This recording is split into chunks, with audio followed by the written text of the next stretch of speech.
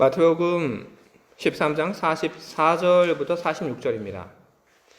천국은 마치 밭에 감추인 보화와 같으니 사람이 이를 발견한 후 숨겨두고 기뻐하며 돌아가서 자기 소유를 다 팔아 그 밭을 사느니라. 또 천국은 마치 좋은 진주를 구하는 장사와 같으니 극히 값진 진주 하나를 발견하며 가서 자기 소유를 다 팔아 그 진주를 사느니라. 아멘. 우리 설교하기 전에 우리 함께 기도하겠습니다. 이곳에 계신 하나님을 의식하며 우리는 하나님을 향하여 예배를 드립니다. 세상에 가졌던 그런 생각들, 관심들, 주님, 우리는 그것을 다 끊고 오직 하나님만을 바라보고 그리고 집중하며 하나님이 기뻐하시는 예배를 드리기에 힘을 쓰고 있습니다. 이런 우리의 예배가 계속되게 하시옵소서. 그리고 하나님을 향하여 집중하는 우리들에게 하나님의 말씀을 들려주시기를 바랍니다. 우리가 주님의 말씀을 듣기를 원합니다. 우리가 주님의 말씀을 듣기를 원하는 것은 단지 우리의 한때의 기분을 좋게 하기 위한 것이 아니라 그 말씀을 가지고 세상을 우리들이 보고 세상을 살아가는 삶의 기준으로 삼기 위해서 우리들이 주의 말씀을 받기를 원합니다. 주의 말씀이 우리 안에 들어오게 하시고 그리고 그것이 우리 안에 자리 잡게 하시고 그리고 그 말씀을 붙잡고 그리고 그 말씀에 의지하여 살아가는 우리 되게 하시옵소서. 선하고 아름다운 열매가 맺어질 것을 우리는 믿습니다. 그리고 그 열매로 인하여 우리가 기뻐하고 하나님께 영광 돌리게 하시옵소서. 예수 그리스도의 이름으로 기도합니다. 아멘. 오늘 제가 여러분들 앞에서 읽은 이 말씀 두 개의 그 비유가 등장을 하고 있습니다. 이 두 개의 그 비유 가만히 들여다보게 되면 이 두 개의 비유는 결국 같은 이야기를 하고 있습니다. 어떤 이야기를 하고 있냐 하면 투자하라는 그런 이야기를 하고 있습니다. 천국에 대해서 투자를 해라. 천국은 그럴 만한 가치가 있다. 바로 그것이 오늘 우리가 읽었던 그 말씀이 우리에게 전하는 메시지입니다. 그런데 오늘 예수님께서 우리들에게 전하신 그 비유를 보면서 우리는 유독 눈에 거슬리는 것이 있다고 하는 것을 우리는 느끼게 됩니다. 무엇이 우리 마음을 혹은 또 우리 귀를 거슬리게 만들고 있는 걸까요? 다른 것이 아니죠. 밭에 감춰져 있는 그 보화를 발견한 후에 그것을 숨기고 밭을 산 그 행위, 바로 거기에 대해서 우리는 불편함을 느낍니다. 우리는 밭에 있는 그 보화를 발견하고 그것을 다시 땅에 묻고 아무것도 모르는 것인 양 밭의 주인에게 가서 그 밭을 산 그 행위를 보면서 우리는 도덕적으로 과연 이것이 올바른 행동일까 하는 그런 질문을 하게 됩니다. 그리고 그 행동은 단지 도덕적인 그런 문제에 대한 질문만으로 이어지진 않습니다. 법률적인 그런 물음으로도 함께 이어지게 됩니다. 물론 이 비유에서 중요한 것은 무엇이냐 하면 모든 것을 다 팔아서 산다는 겁니다. 모든 것을 다 팔아서 땅을 사고 모든 것을 다 팔아서 값진 커다란 그 진주를 사는 것, 바로 그것이 핵심 메시지입니다. 하지만 그것이 핵심 메시지라고 해서 우리들이 도덕성에 대한 그런 질문을 하지 않고 넘어가도 괜찮은 것일까? 그냥 모른 척 넘어가도 괜찮은 것일까? 아니요, 그렇진 않습니다. 만약에 우리들이 오늘 이 본문의 말씀을 보면서 분명히 도덕적으로 혹은 법률적으로 문제가 있다고 하는 것을 보면서도 그냥 넘어가게 된다면 그것은 악을 조성하고 용인하는 것이 되고, 그리고 우리의 신앙에 있어서도 그런 불편한 것이 있음에도 불구하고 그냥 모른 척하고 넘어간다고 한다면 우리는 늘 무엇인가, 우리는 불편한 마음을 가지고, 우리는 궁금증을 가지고, 우리는 앞으로도 우리는 이 본문의 말씀을 우리는 보고 우리는 살아가게 될 겁니다. 왜 예수님께서는 땅에 있는 보물을 발견한 후에 그것을 발견한 사람이 그것을 다시 묻고 아무것도 모르는 것이냐 그 밭의 주인에게 가서 그 밭을 산 이야기를 하고 있는 걸까요? 예수님께서는 그런 이야기를 하게 되면 사람들이 어떻게 반응하고 어떻게 이야기를 할 건지에 대한 그런 통찰력이 예수님께서는 없었기 때문에 그런 도덕성의 그 문제가 있는 그런 이야기를 하신 것이 맞습니까? 아닙니다. 그렇지 않습니다. 예수님은 그 정도의 통찰력도 없던 그런 분이 아닙니다. 우리는 예수님께서 이런 비유를 우리들에게 전해주셨을 때 우리는 충분히 예수님께서 의도를 가지고 이 비유를 우리들에게 전해주셨다고 하는 것을 우리는 믿고 우리는 예수님의 그 비유를 우리는 접근해야 하는 것입니다. 과연 도덕적인 문제 혹은 법률적인 그런 문제가 있을 수 있는 그 비유를 예수님께서 하신 그 이유는 어디에 있는 것일까요? 예수님께서는 도대체 어떤 메시지를 오늘 우리가 읽었던 이 비유 속 거기에 숨겨두고 계신 것일까요? 우리는 예수님께서 숨겨두신 메시지를 우리는 어렵지 않게 우리는 발견할 수 있습니다. 예수님께서 이 짧은 두 개의 그 비유 속에 숨겨놓으신 그 메시지는 무엇이냐 하면 하나님, 그 하나님은 어떤 분이신가?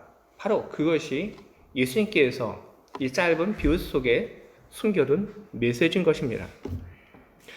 땅을 팔아준 그 소유주와 같은 하나님, 하나님 또 어떤 분이신가?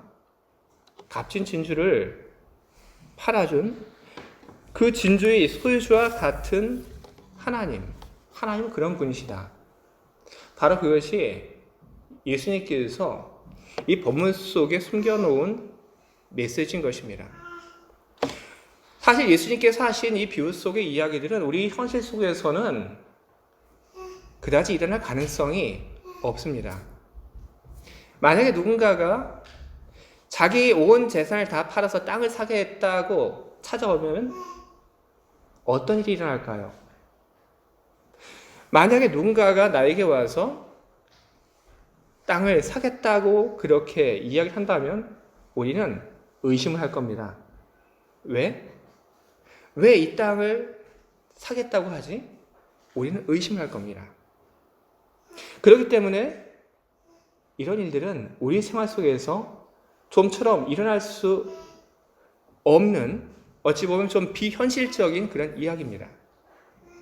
그리고 또 비현실적이라고 하는 그 이유는 무엇이냐 하면 땅을 산 후에 땅에서 보화가 나왔다고 하는 것이 알려지게 되었을 때 실제의 상황이라고 한다면은 그 보화를 두고 다툼이 생길 수밖에 없기 때문에 그런 것입니다. 땅에서 나온 그 보화를 소유할 사람은 누구일까요? 원래 땅의 주인일까요? 아니면 그 땅을 나중에 산 사람이 그 보화의 소유주가 되는 것일까요? 문제가 있죠. 그런데 땅을 산 사람과 그리고 땅을 판 사람 사이에만 그 보화를 두고 다툼이 생기는 것입니까? 아니죠. 원래 그것이 누구의 것이었는가? 거기에 대해서도 고려하지 않을 수 없습니다. 바로 그런 것입니다. 실제 생활 속에서 우리 현실 속에서는 좀처럼 일어날 수 없는 이야기지만 예수님께서는 그 이야기를 하고 계신 것입니다. 비현실적인 이야기지만 이 비현실적인 이야기가 비현실적으로만 들리지 않고 그것이 그럴 수 있다라는 우리 긍정으로 되는 것은 무엇이냐 하면 이 비현실적인 이야기 속에 등장하고 있는 그 땅의 주인과 그리고 값진 진주의 주인이 바로 하나님이라고 한다면 이 이야기는 말이 되는 이야기인 것입니다. 감추인 것을 다 알고도 그리고 이익을 보려고 하는 것을 알고도 그럼에도 불구하고 들고 온 것을 가지고 땅을 팔아주는 분, 바로 그분이 하나님이시다. 진주를 사겠다고 자기가 가지고 있는 것을 다 팔아서 들고 왔는데 비록 그 값이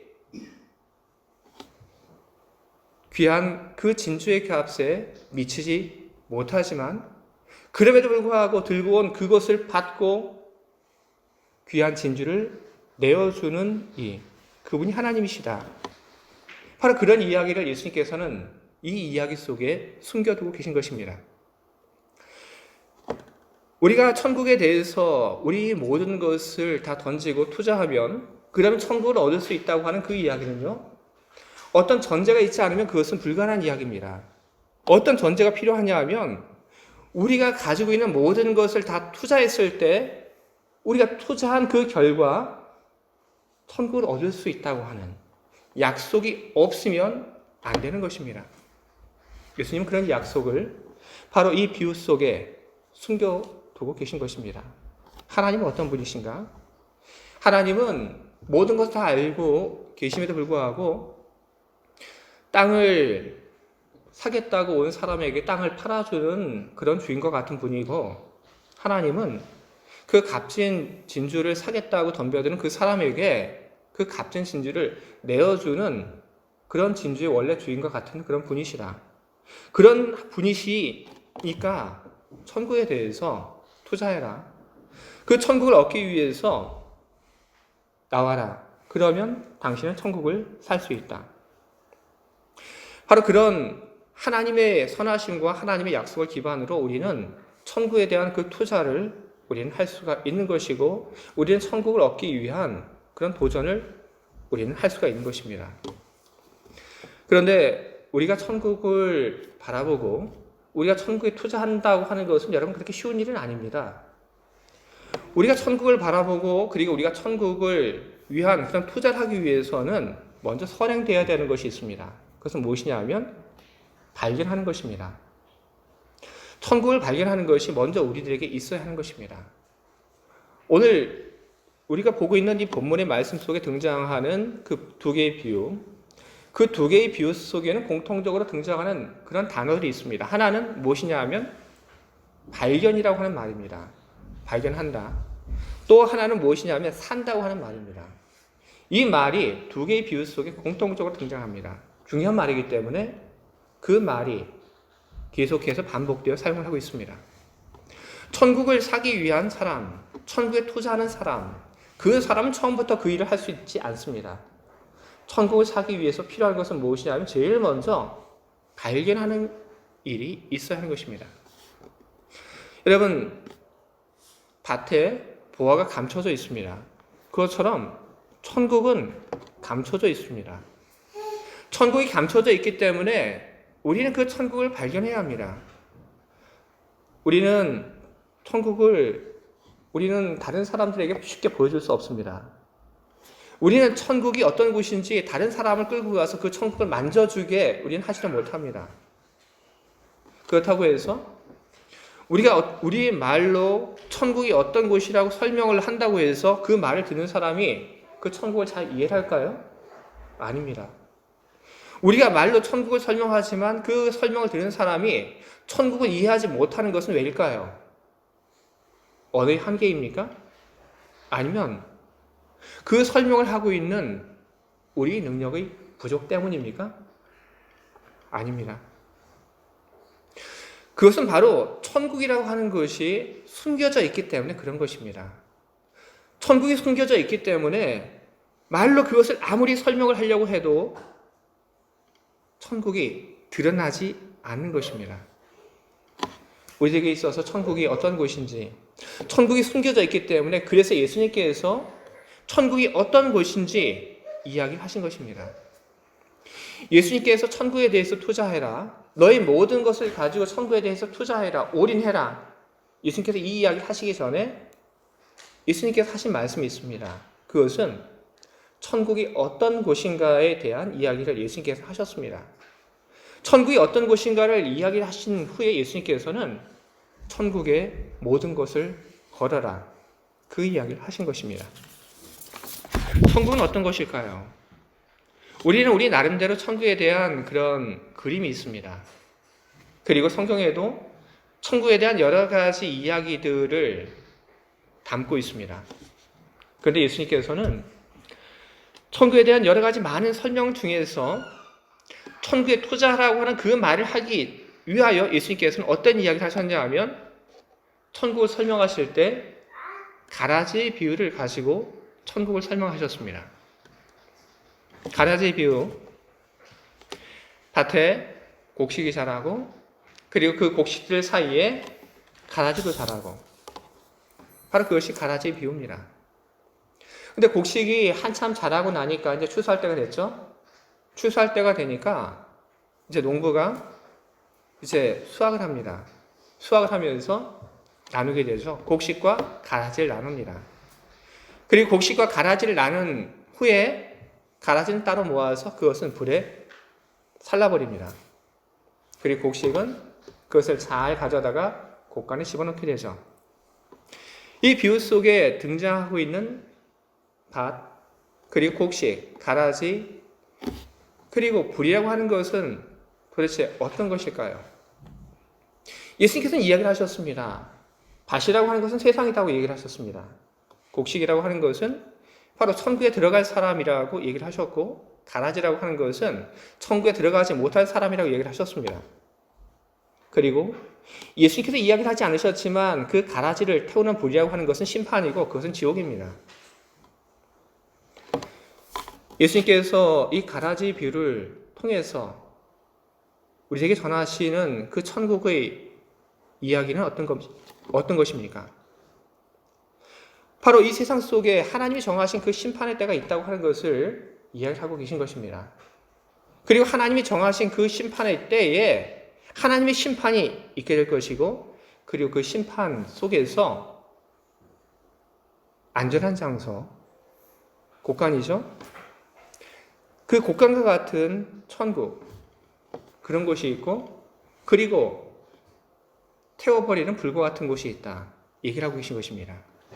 바로 그런 하나님이 심판하실 그 때에 어디로 가야 할 것인가? 어디가 안전할 곳인가?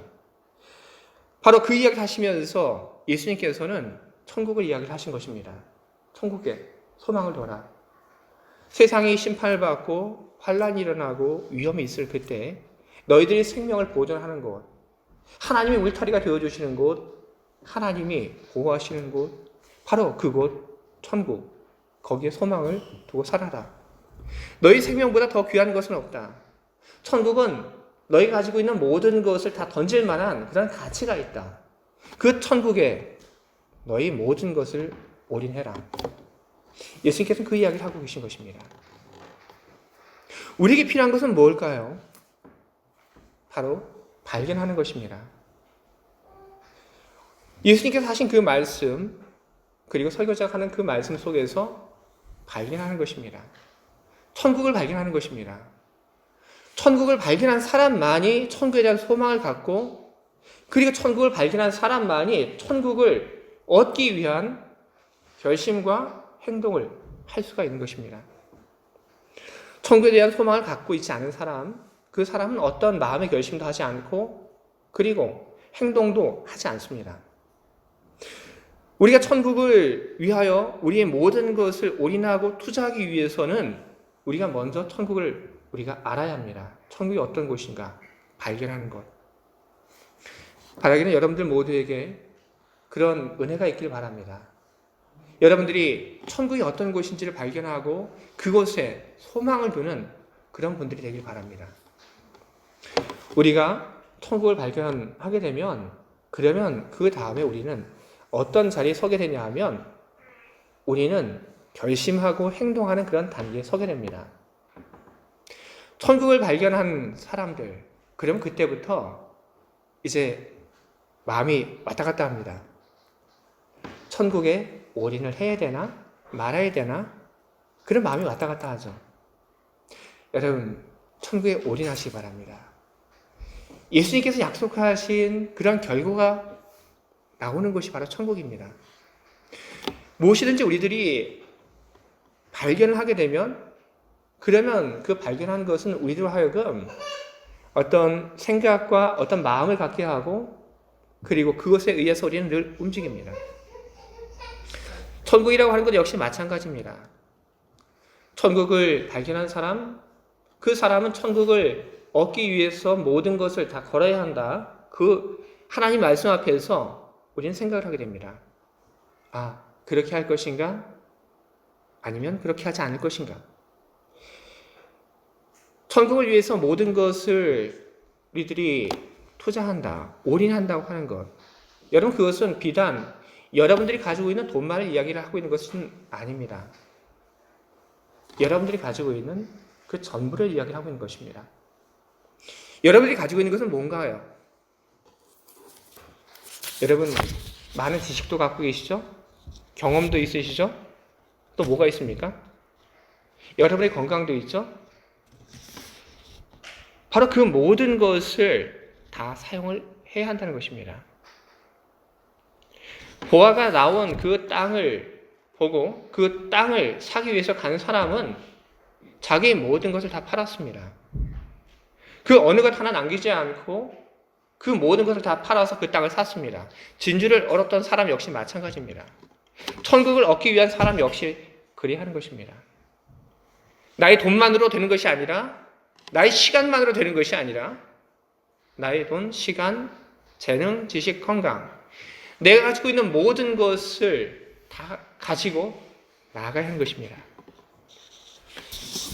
바울은 이런 이야기를 합니다. 만일 그리스도 안에서 우리가 바라는 것이 다만 이 세상의 삶뿐이면 모든 사람 가운데 우리가 더욱 불쌍한 자이리라. 여러분, 천국은 있습니다. 천국이 있다고 하는 것, 그것을 발견하는 것, 그것은 바로 믿음의 영역입니다.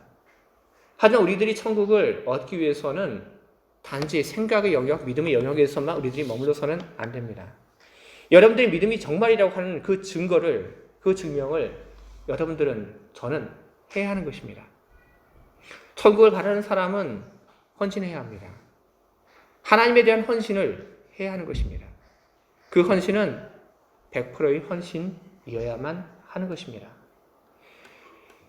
여러분들이 많은 것을 가져서 여러분들이 50%가 다른 사람의 120%라 한다 할지라도 여러분들이 50%를 가지고 헌신을 하게 될 때 하나님은 여러분의 헌신을 만족해 하지 않으십니다. 하나님이 원하시는 것은 바로 100%의 헌신인 것입니다.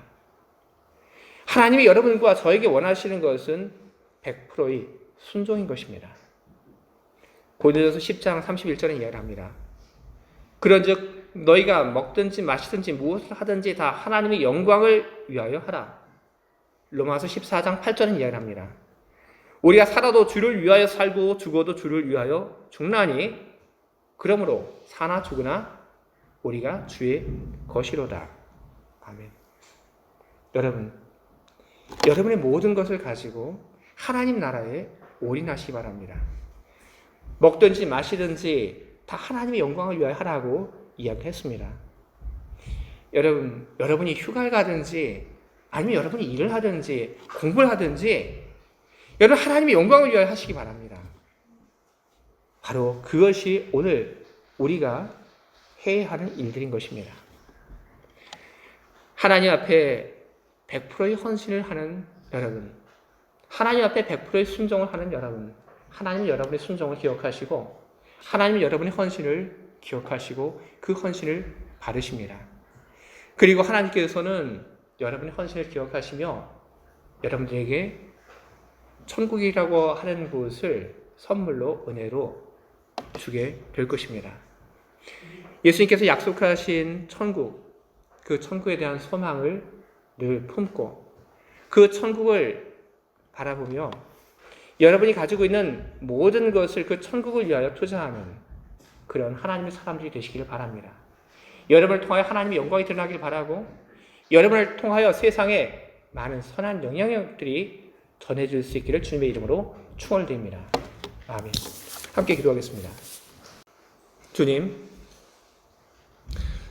천국이라고 하는 것이 어느 정도 가치가 있는지 예수님께서 그 비유를 통해서 말씀을 하셨습니다. 천국이라고 하는 것은 우리가 가지고 있는 모든 것과 바꿀 만한 가치가 있는 것, 주님께서 그렇게 이야기를 하셨습니다. 우리가 그 천국의 그 가치를 발견할 수 있도록 우리를 도와주시옵소서. 천국을 우리들이 그래서 소망하고 천국을 얻기 위한 그런 우리 마음의 결단을 하게 하시옵소서. 하나님 앞에 100%의 헌신과 100%의 순종의 삶을 살아가는 우리 되게 하시옵소서. 우리들이 온전한 순종과 헌신의 삶을 살아가게 될 때 주님께서는 그것을 기억하십니다. 주님께서는 그것을 기억하시며 기뻐하시며 우리를 하나님께서는 천국으로 인도하여 가실 것입니다. 100%의 헌신과 그리고 100%의 순종으로 살아가는 우리의 삶. 바로 그것이 마치 한 여름날에 들판에서 익어가는 그런 곡식과 같은 것이 되게 하시옵소서. 예수 그리스도의 이름으로 기도합니다. 아멘.